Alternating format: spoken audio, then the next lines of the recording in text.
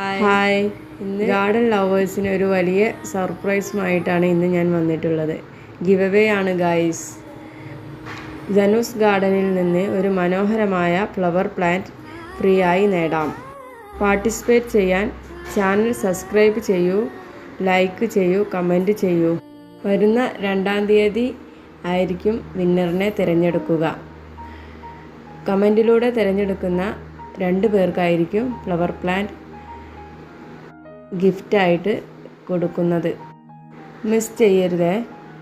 Good luck എല്ലാവർക്കും.